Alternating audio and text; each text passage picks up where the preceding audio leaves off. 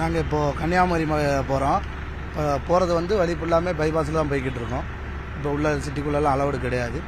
இத்தனை ஒரு மாத காலமாக கிளாம்பாக்கத்துலேருந்து தான் வண்டி போய்கிட்டு இருந்துச்சு. பயணிகள்லாம் ரொம்ப அவஸ்தைப்பட்டு எங்ககிட்ட ரொம்ப கஷ்டப்பட்டு சொல்லுவாங்க. குழந்தை குட்டிகளோட அவங்க கஷ்டப்பட்டு அங்கே இறக்கி விட்டு வரும்போதில் எங்களுக்கே ஒரு மாதிரியாக இருக்கும். இப்போ ஒரு சில இங்கே வந்துட்டு போகிறதுனால சரி பரவாயில்ல, எங்களுக்கு கொஞ்சம் இதாக இருக்குது, சந்தோஷமாக இருக்குது. அங்கே வரேன்னா ரொம்ப கஷ்டம்.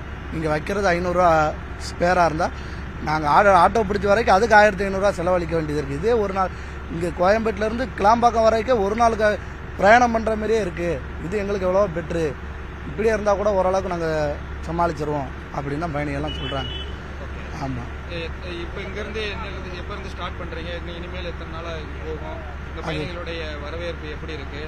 பயணிகளோட வரவேற்பு இன்னும் அந்த ஒரு மாதம் இது பண்ணதுனால யாருக்குமே அவ்வளோவா பிரபலம் ஆகலை. கொஞ்சம் கொஞ்சமாக தான் தெரியும். இப்போ வந்து ஒரு சிலருக்கு வந்து தெரிஞ்சிருக்கனால அவங்க மட்டும் வராங்க. தெரியாதவங்க ஃபுல்லாமே அங்கே தான் போயிட்டாங்க. ஆல்ரெடி போயிட்டாங்க. இந்த மாதிரி சொன்னோன்னா அங்கே போயிட்டாங்க.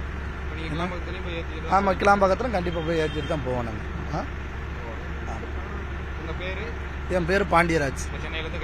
சென்னையிலேருந்து கன்னியாகுமரி போகிறோம். எத்தனை வருஷமாக? நாங்கள் ஒரு 13 வருஷமாக போய்கிட்டு இருக்கோம்.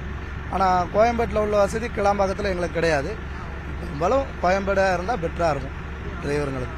ஆமாம், ஏன்னா அங்கே அடிப்படை வசதி எதுவுமே இல்லை, மற்ற மக்களுக்குமே கிடையாது. அப்போ எங்களுக்கு எப்படி இருக்கும்? வணக்கம், என் பேர் வந்து சூர்யா. இப்போ கோயம்பேட்டிலேருந்து நம்ம போகிறத விட கிளாம்பாக்கத்துலேருந்து நம்ம ஏறணும்னா ரொம்ப லாங்கு. ஏன்னா இங்கே இருக்கிற பேசஞ்சர் அவ்வளோ பேர் அங்கே போகணும். ஸோ அதுக்கு தனி டிரான்ஸ்போர்ட் நம்ம தேடணும். ஸோ இதுதான் நம்மளுக்கு பெஸ்ட்டாக தோணுது. இப்போ இங்கே இந்த கோயம்பேடு கோடம்பாக்கம் அங்கே இருக்கிறவங்கலாம் பக்கத்தில் இங்கேயே வந்து ஏறிக்கிறவாங்க.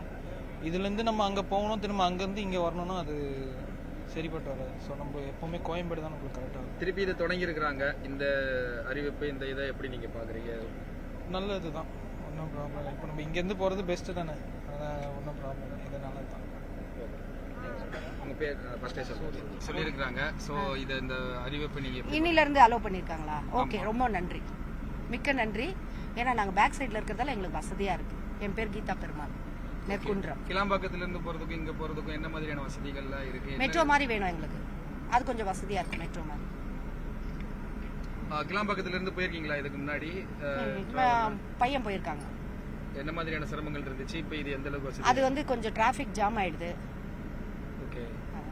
சென்னை கோயம்பேட்டிலிருந்து தென் மாவட்டங்களுக்கு செல்வதற்காக தனியார் ஆம்னி பேருந்துகள் இன்று முதல் மீண்டும் இயக்க தொடங்கி இருக்கிறார்கள். அதனுடைய நேரடி காட்சிகளை தான் தற்பொழுது நாம் பார்த்துக் கொண்டிருக்கிறோம்.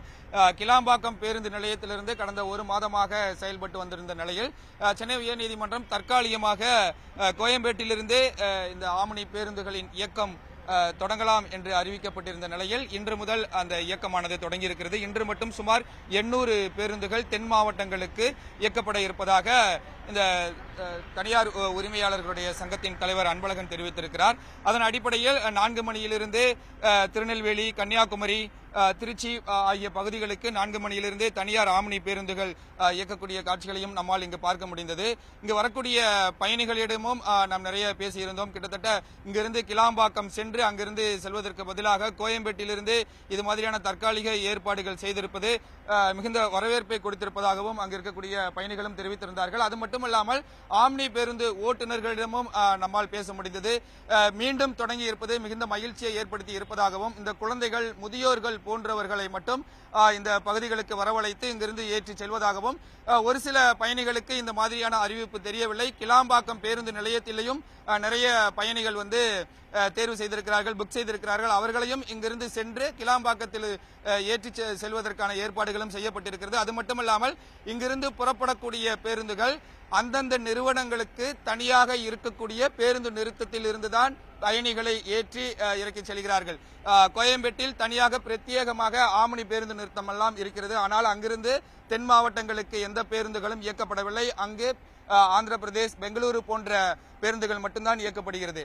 அந்தந்த தனியார் பேருந்து நிறுத்தங்களிலிருந்து அந்தந்த உரிமையாளர்கள் பேருந்துகளை இயக்குகிறார்கள். அது மட்டுமல்லாமல் இந்த பேருந்துகள் எதுவுமே வந்து சிட்டிக்குள்ள போறது கிடையாது.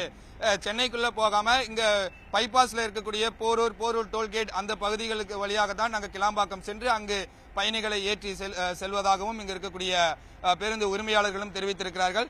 நிறைய பேருந்துகள் இங்கிருந்து இயக்கக்கூடிய காட்சிகளை பார்க்க முடிகிறது. பயணிகளும் நிறைய பேர் வருகிறார்கள் என்ற ஒரு கருத்துதான் இங்கு நிலவுகிறது.